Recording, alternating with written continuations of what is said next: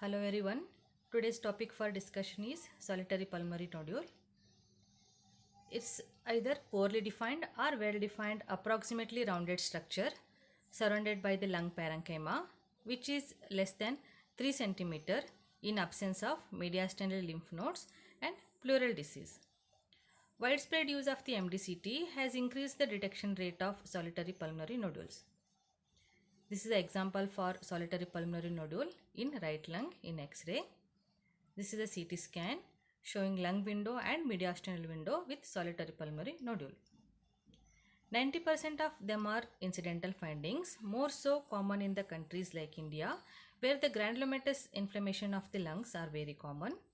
Why it is important? To rule out possibilities of malignancy. X-ray can detect up to 0.09 to 2% of the cases, whereas CT scan detect 8 to 51%. Frequency depends on endemicity of the granulomatous diseases like TB and whether we are looking at high risk population like increased risk, exposure to asbestos and history of smoking. The causes can be benign, malignant, infectious, non-infectious or congenital. It is important to secure the wall films to see whether the nodule is new, old, stable or growing over time. Look for the signs of benign findings. So we can tell the patient there is nothing to worry. Or assess for the risk for malignancy and do follow up. Benign features on lesions are calcification, mass with microscopic fat, periphyseal nodules and nodules with long-term stability. These are the benign calcification patterns. This is the macroscopic fat in lung hematoma. The periphyseal nodules most of the times are benign lesions.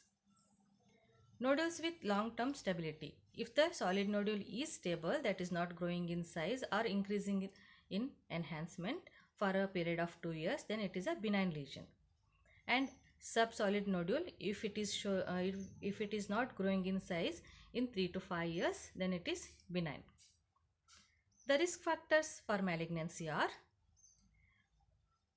more the age, more the risk, female sex, history of smoking, past history of malignancy, history of exposure to asbestos, and the patients with emphysema and idiopathic pulmonary fibrosis.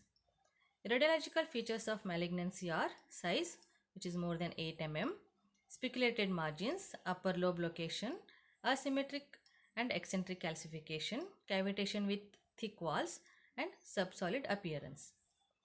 If the size is more than 8 mm, then there are chances of 17% of them being malignant. Spiculated margins and the asymmetric calcification, there are high chances of being that lesion being malignant. Fletcher Society has given guidelines for the follow-up of solid nodules.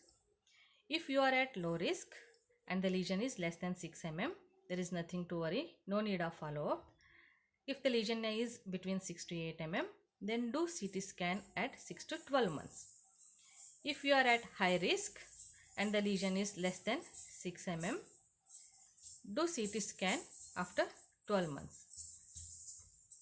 And if the lesion is between 6 to 8 mm, CT scan is needed at 6 to 12 months, and if it is stable, then at 18 to 24 months.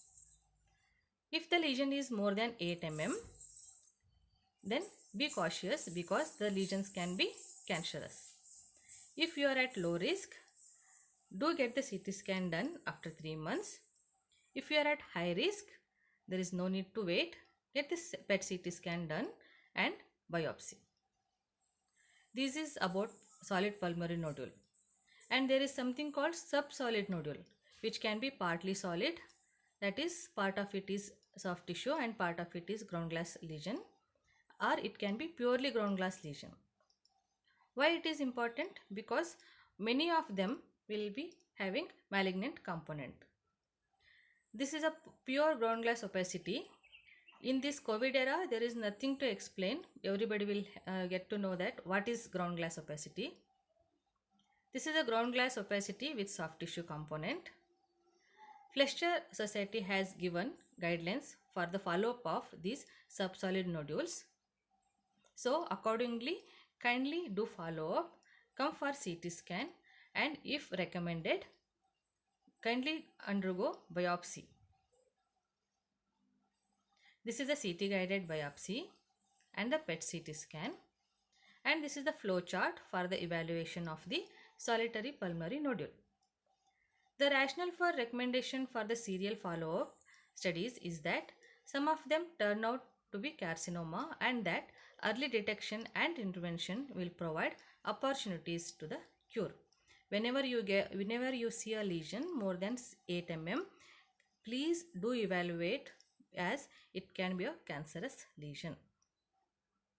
This is my reference. Thank you.